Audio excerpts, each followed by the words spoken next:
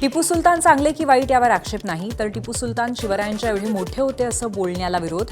टिपू सुलतान वादावरती फडणवीसांचं विधानसभेत निवेदन. टिपू हा 75,000 हिंदूंची कत्तल करणारा होता, हे शिकवलं नसल्याचंही फडणवीसांचं वक्तव्य. लव्ह जिहाद कायदा अंमलात आणण्यासाठी सरकारच्या हालचाली.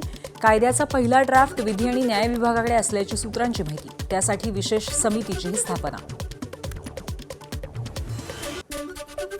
सरपंच संतोष देशमुख हत्या प्रकरणातील मुख्य आरोपी वाल्मिक कराडचा जामीन सुप्रीम कोर्टानं फेटाळला.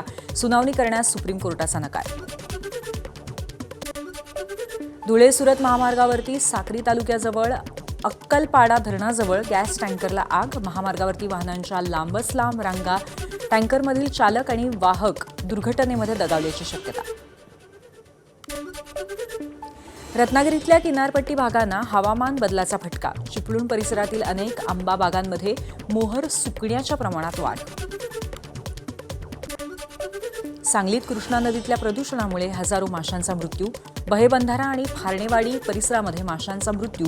त्यामुळे नदीकाठच्या गावांमध्ये आरोग्याचा प्रश्न गंभीर. साताऱ्यातल्या पाटण तालुक्यामध्ये रानगव्यांचा धुडगूस. एका रात्रीमध्ये 2 एकरांवरचं कलिंगड पीक उद्ध्वस्त. शेतकऱ्यांचं नुकसान.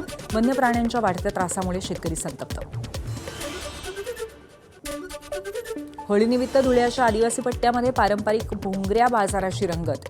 पारंपरिक वेशभूषेमध्ये सजवलेल्या बैलगाड्यांमधनं बाजारात हजेरी लावत आदिवासींचं नृत्य.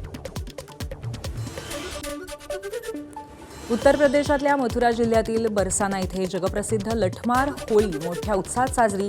ऐतिहासिक आणि रोमांचक होळी पाहण्यासाठी देश विदेशातील लाखो भाविक दाखल.